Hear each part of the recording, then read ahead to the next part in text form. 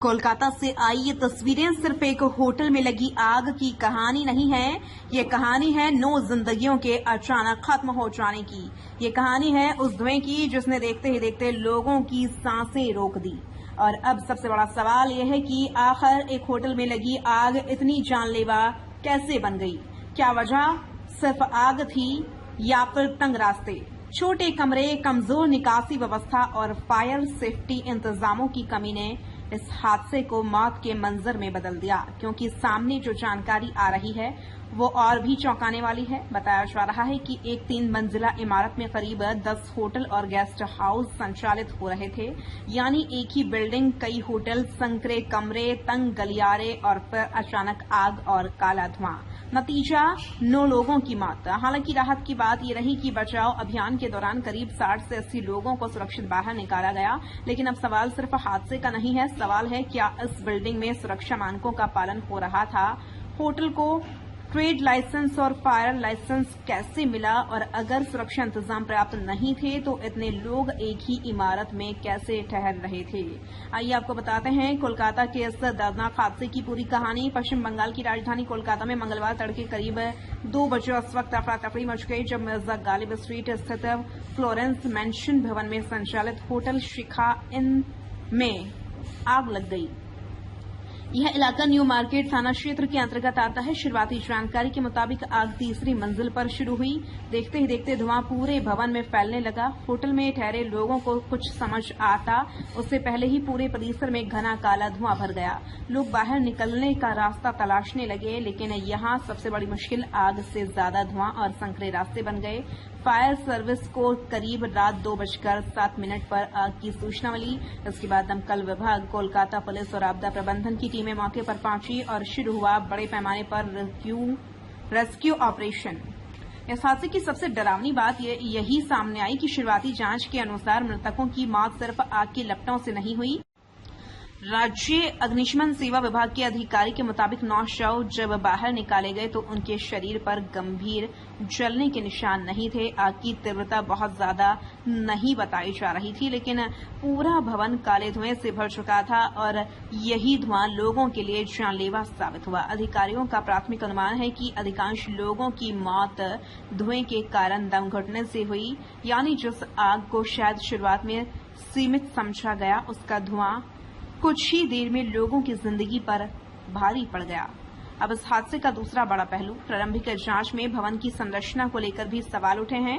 अग्निशमन विभाग के अधिकारियों के मुताबिक भवन के प्रवेश और निकास मार्ग बेहद संकरे थे। जब धुआं चारों तरफ फैल गया तो लोगों के लिए बाहर निकलने का रास्ता पहचानना मुश्किल हो गया। सोचिए, चारों तरफ धुआं, सांस लेना मुश्किल, कम रोशनी और सामने बेहद संकरा रास्ता। ऐसी स्थिति में भगदड़ और घबराहट के बीच बाहर निकलना कितना मुश्किल रहा होगा, इसका अंदाजा लगाया जा सकता है। अब इस पूरे मामले की सबसे अहम और चौंकाने वाली जानकारी पर आते हैं। कोलकाता पुलिस के मुताबिक शुरुआत में जांचकर्ताओं को लगा कि इस भवन में सिर्फ एक होटल संचालित हो रहा है, लेकिन जांच आगे बढ़ी तो पता चला कि अलग अलग मंजिलों पर कई होटल और गेस्ट हाउस चल रहे थे। पुलिस अधिकारी के मुताबिक हर मंजिल पर एक होटल या गेस्ट हाउस संचालित था। कमरे छोटे थे और गलियारे बेहद संकरे बताए जा रहे हैं। यही वजह है कि आग तीसरी मंजिल पर लगने के बाद धुआं तेजी से फैल गया और लोगों के लिए बाहर निकलने में मुश्किल हुई। और अब सवाल यही है, एक 3 मंजिला इमारत में इतने होटल चलाने की अनुमति आखिर किस आधार पर दी गई? क्या सभी के पास जरूरी लाइसेंस थे? क्या फायर सेफ्टी सर्टिफिकेट मौजूद था? क्या समय समय पर सुरक्षा ऑडिट हुआ? और अगर हुआ तो फिर इतनी गंभीर स्थिति क्यों बनी? इस भयावह हादसे के बीच राहत की सबसे बड़ी खबर रही रेस्क्यू ऑपरेशन।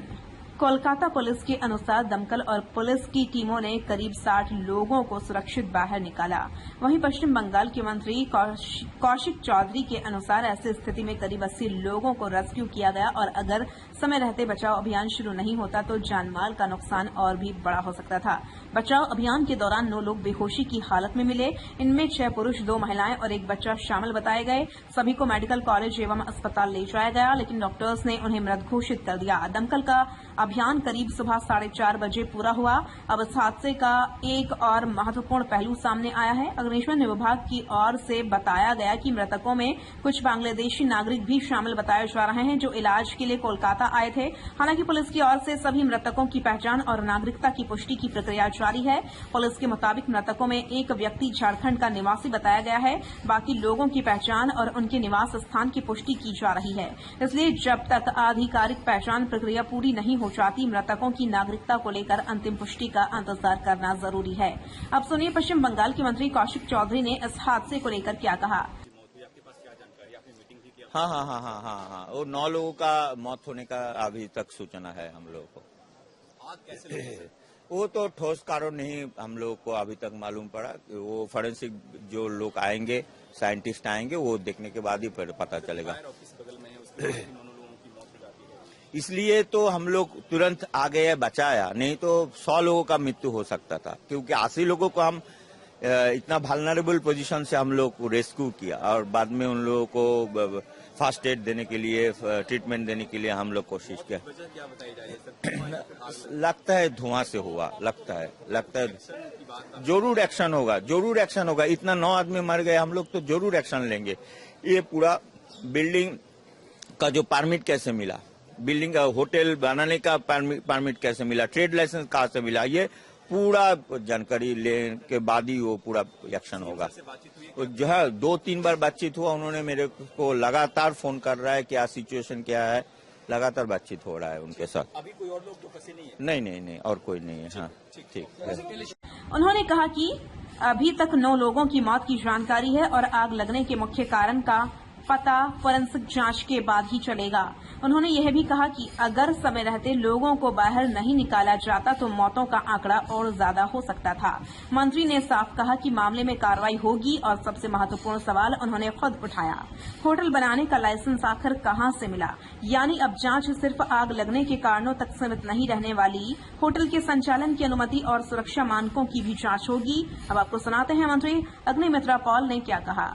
माननीय मुख्यमंत्री से बात होगा, उसके बाद हम लोग सोच रहे एक टीम बनाएंगे जिसमें केएमसी, पुलिस, फायर ब्रिगेड, हमारे यूडीएमए दफ्तर रहेंगे और ऐसा होटल जो लोग चला रहे हैं, ट्रेड लाइसेंस है कि नहीं, फायर लाइसेंस है कि नहीं, एक ही बिल्डिंग 3 तला बिल्डिंग 10 होटल चल रहे हैं, छोटा रूम्स 10 रूम, ये तो नहीं चल सकता है। मरने वाले बांग्लादेशी बताए जा रहे हैं। नहीं, अभी तक वो पुलिस देख रहे, बांग्लादेशी है ना भारतीय है, पुलिस देखकर बताएंगे। एक्शन लिया जाएगा मैम, ऐसी घटनाएं आगे ना हो। डेफिनेटली एक्शन लिया जाएगा। सीएम आएंगे यहाँ पे, सीएम से बातचीत? नहीं, सीएम से अभी तक बातचीत नहीं हुआ है, लेकिन सीएम से बात करके हम लोग एक कंपनसेशन देंगे मैम। जो देखिए, पूरा सीएम से बात करके सरकार ये घोषणा करेंगे।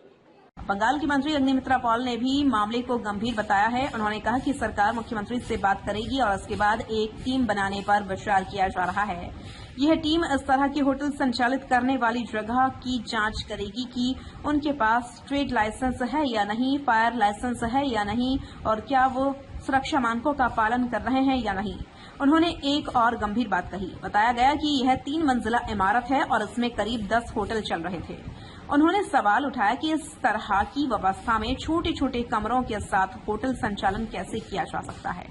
उन्होंने यह भी कहा कि मृतक भारतीय हैं या बांग्लादेशी, इसकी पुलिस जांच कर रही है। साथ ही मृतकों के परिवारों के लिए मुआवजे को लेकर मुख्यमंत्री से चर्चा के बाद सरकार की ओर से घोषणा किए जाने की बात कही।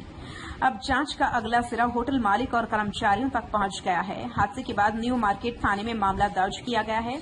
जांच एजेंसियों के अनुसार होटल मालिक और कुछ कर्मचारी मौके से फरार बताए जा रहे हैं।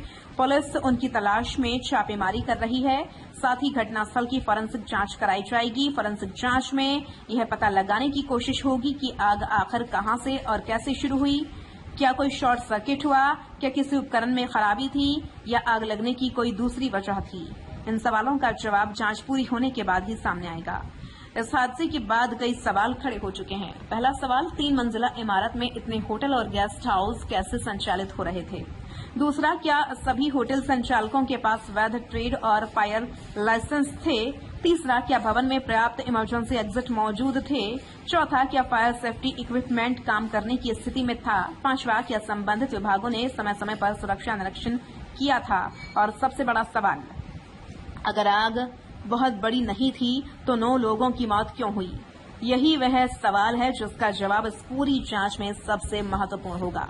इस दर्दनाक हादसे पर प्रधानमंत्री नरेंद्र मोदी और उपराष्ट्रपति सीपी राधाकृष्णन ने भी शोक व्यक्त किया। प्रधानमंत्री कार्यालय के अनुसार प्रधानमंत्री मोदी ने हादसे में जान गंवाने वालों के परिवारों के प्रति संवेदना जताई और घायलों के जल्द स्वस्थ होने की कामना की। उन्होंने कहा कि स्थानीय प्रशासन प्रभावित लोगों की मदद कर रहा है। उपराष्ट्रपति ने भी मृतकों के परिवारों के प्रति गहरी संवेदना व्यक्त की और घायलों के शीघ्र स्वस्थ होने की कामना की। तो कोलकाता का ये होटल अग्निकांड अपने पीछे सिर्फ 9 मौतों का आंकड़ा नहीं छोड़ गया, बल्कि कई ऐसे सवाल छोड़ गया है जिनका जवाब अब प्रशासन और जांच एजेंसियों को देना होगा। एक 3 मंजिला इमारत, कई होटल और गेस्ट हाउस, छोटे कमरे, संकरे गलियारे, काला धुआं और फिर 9 जिंदगियां खत्म। करीब 60 लोगों को बचा लिया गया, लेकिन सवाल ये है कि अगर सुरक्षा व्यवस्था बेहतर होती, अगर इमरजेंसी एग्जिट पर्याप्त होते, अगर फायर सेफ्टी नियमों की निगरानी सख्त होती तो क्या इन 9 लोगों की जान बचाई जा सकती थी? फिलहाल पुलिस जांच कर रही है। फॉरेंसिक टीम आग की असली वजह तलाशेगी। होटल मालिक और कर्मचारियों की तलाश जारी है और अब सरकार की नजर इस बात पर भी है कि ऐसे दूसरे होटल और गेस्ट हाउसों के पास ट्रेड लाइसेंस और फायर लाइसेंस हैं या नहीं, क्योंकि कोलकाता की एक घटना एक चेतावनी भी है। होटल की खूबसूरत इमारत और कमरे तभी सुरक्षित हैं जब उनमें रहने वालों के लिए बाहर निकलने का रास्ता भी सुरक्षित हो। 9 मौतों के बाद अब असली सवाल यही है, हादसा सिर्फ आग का था? सिस्टम की लापरवाही ने इसे मौत का सौदा बना दिया? जांच के बाद तस्वीर साफ होगी।